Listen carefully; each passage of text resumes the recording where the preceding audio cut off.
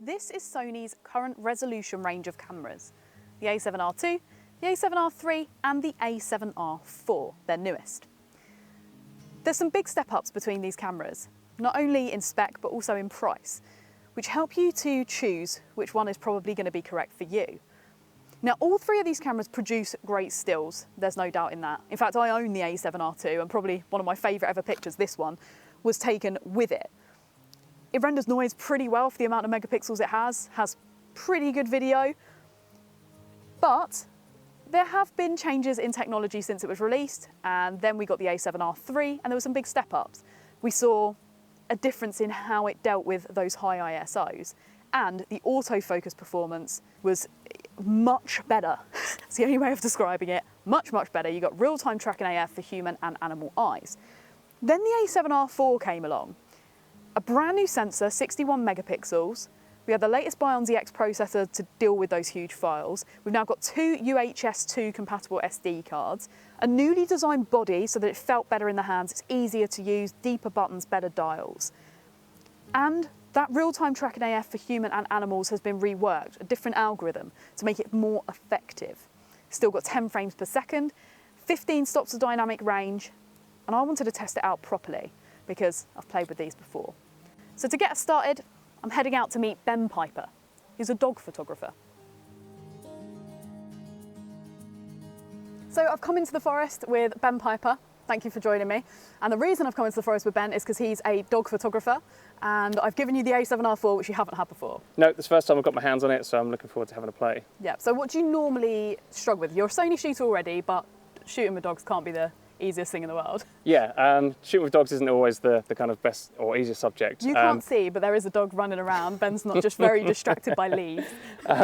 Yeah, photographing dogs isn't the easiest subject. They kind of differ between kind of dog to dog. One of the things I struggle with is a lot of the times when they're moving around, I quite like to do quite natural sort of stuff, which is why we're here today.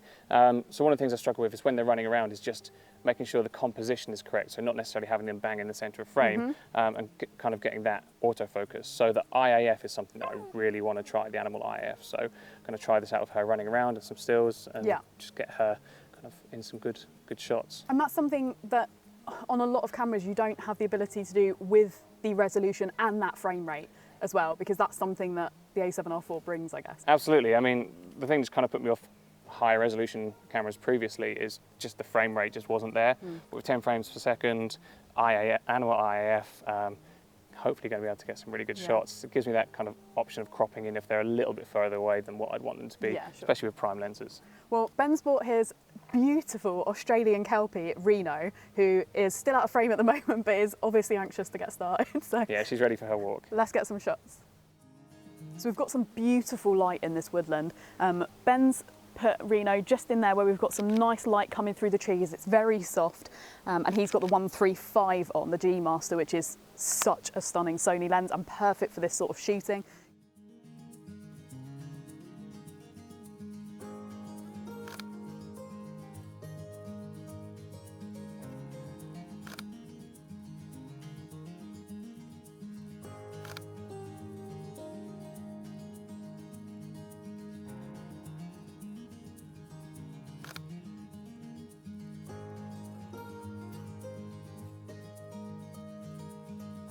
Okay, so we've finished doing the little trials over the log now.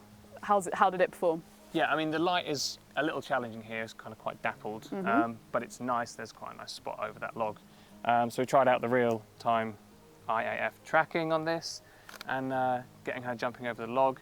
First couple of attempts, I kind of failed, but I think that's just, I've not used this camera before. So, but once I kind of looked at the settings, got everything up to speed, like those kind of following ones, then we got some really good shots. So from what I could see, you did it like a few times and pretty much all of them were locking on, but that's quite difficult. When something's coming towards you, that's the most difficult form of tracking. That's what I found again previously, like with the camera I use at the moment. It's just when dogs are running towards me, which happens a lot, you just miss all those shots. Yeah, okay. So we're +1 at the moment. +1, absolutely, okay. Yeah.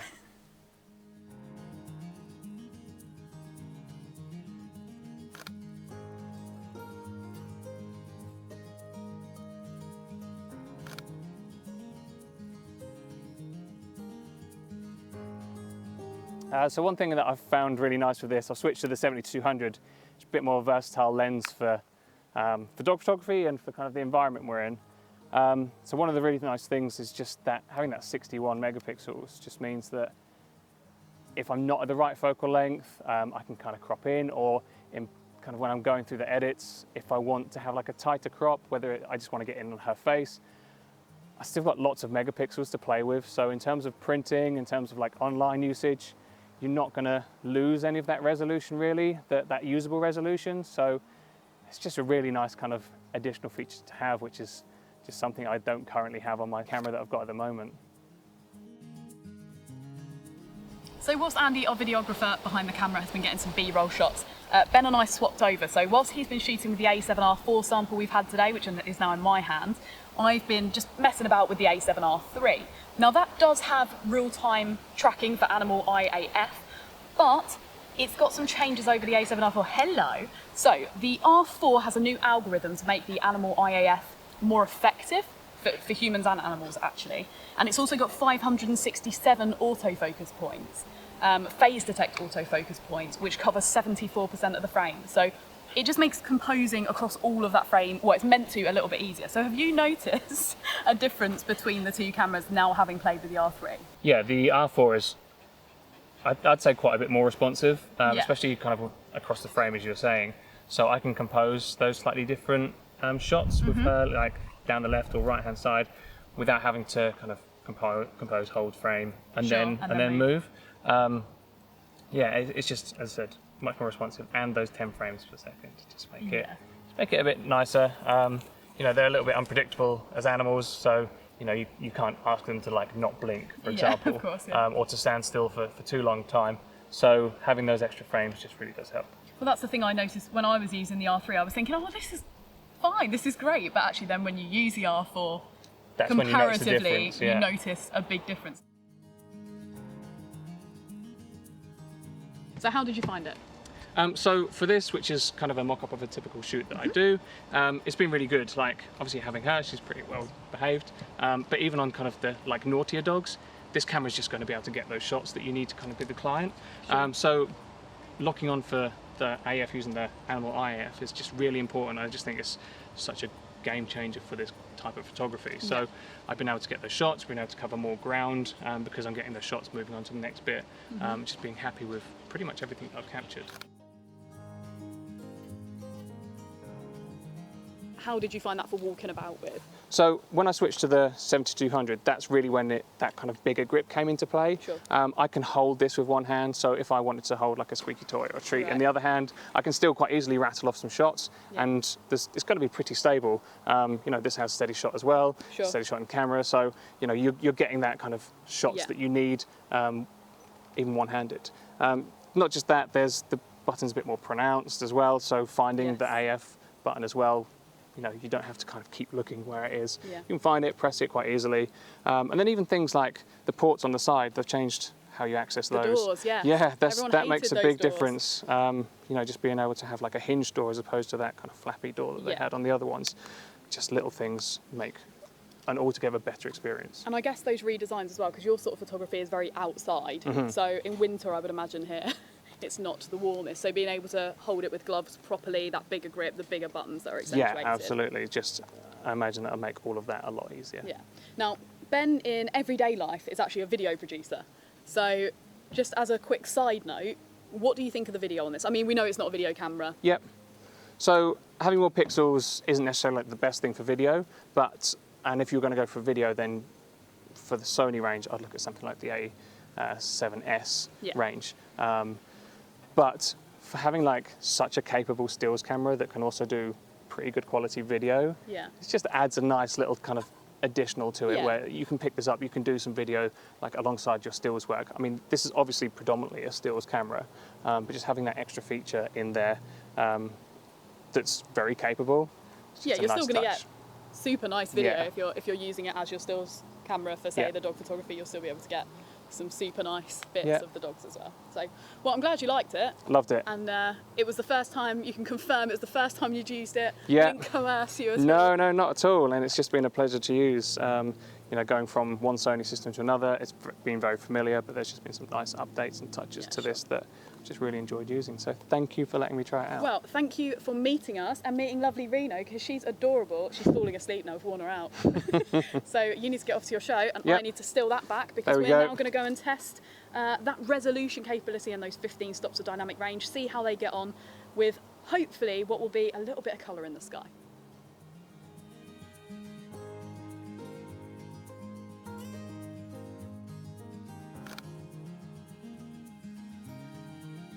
Wasn't the best sunset I've ever seen, to be honest. We had torrential rain for the entirety of golden hour, and then we had about 2 minutes when we pulled up where the sun was just peeking over those trees, and then it got covered by cloud. So not ideal. However, I managed to get a couple of pictures whilst the light was a little nicer to pick up the colour that you get from the A7R4, but we now have this harsh line of light and dark. Now, before that cloud came up there, I took a couple of pictures with the 1635 just to test that dynamic range and see how much detail we can keep in those highlights and shadows.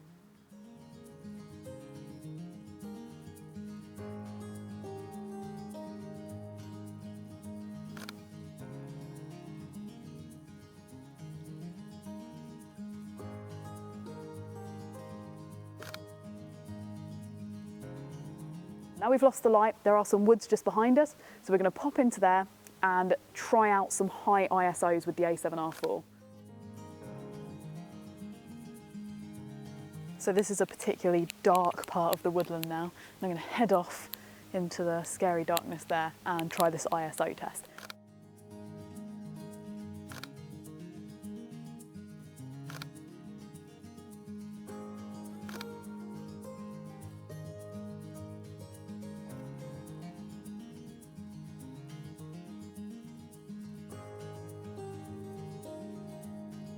So about a year and a half ago, I shot a video which was a wildlife challenge video between me and Mike.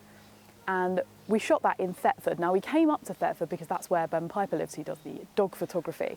But I remembered that we came to a lake during that wildlife challenge video. So that's where we headed to this morning for sunrise. And I have not been disappointed. It is lovely here.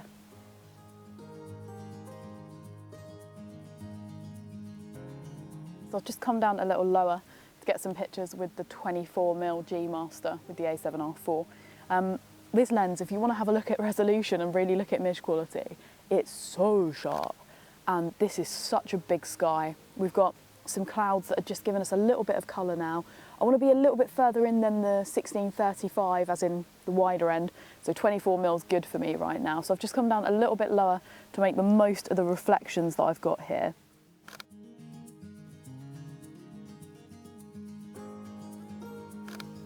Those reflections are just lovely. So the sun is just peeking over behind me now. It's just coming over the trees and we're just getting this lovely golden light coming through. So I've placed myself in front of these reeds so I can see the golden light hitting them. I've put on the 135 on the A7R4 and hopefully we'll get some really lovely depth and super colour here.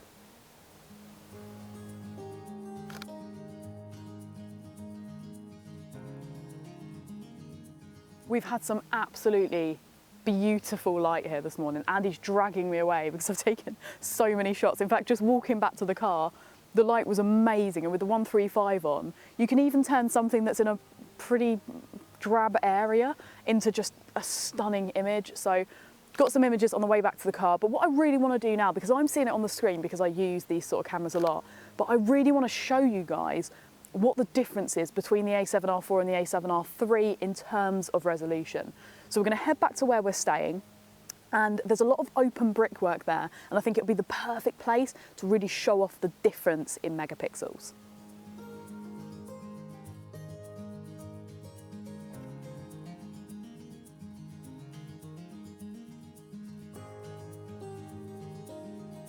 I found some really nice brickwork with some flowers in front of it that's got a little bit of odd lighting on it as well. So I've set up the A7R4 with the 35mm. We're going to take a shot here and then I'm going to swap the cameras over to the A7R3, put the 35mm on that. And I'm going to use the 2-second timer on both as well, just to show off the difference in that resolution. So let's take the shot with the A7R4. So here's the image from the A7R4. As you can see, there's a nice amount of detail there. Now this is the image from the A7R3. And let's pop them side by side so that you can actually see the difference. And zoom in on both of those as well. So here is when you start to see the big difference between the resolution there. And for anybody doing architectural photography, portrait photography, that resolution will come in so, so handy.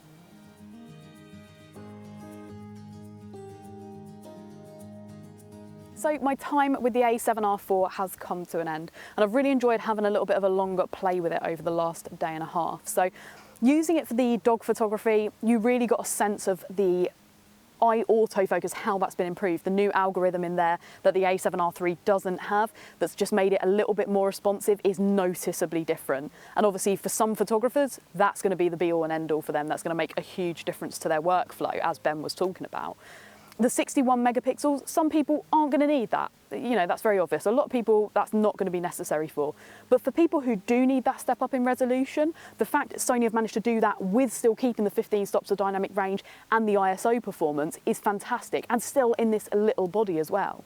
And talking of the body, the design changes, I mean, to be honest, I think that's one of my favourite things about the A7R4. Usability-wise, Sony's haven't always been the greatest, and actually a lot of people don't like the design necessarily, but the A7R4, in my opinion, it fixes that. The bigger grip, the nicer dials, and the buttons that you can feel easier when you're using the viewfinder, that's a big deal.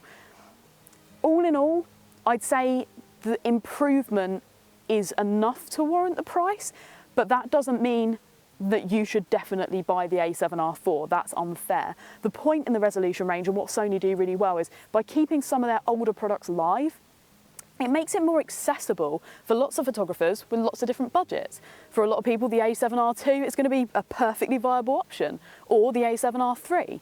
But for those who need that step up in resolution and need to keep that incredible image quality always being at the forefront, the A7R4 is probably going to be the one for you. Now, if you need any more information on the resolution range or the A7R4 itself, you can pop onto the website. There's loads on there. Have a look at our blog. Give us a call, send us an email, or put a comment below, and we'll try our best to get back to you with all the information that you could possibly need. Thanks for watching.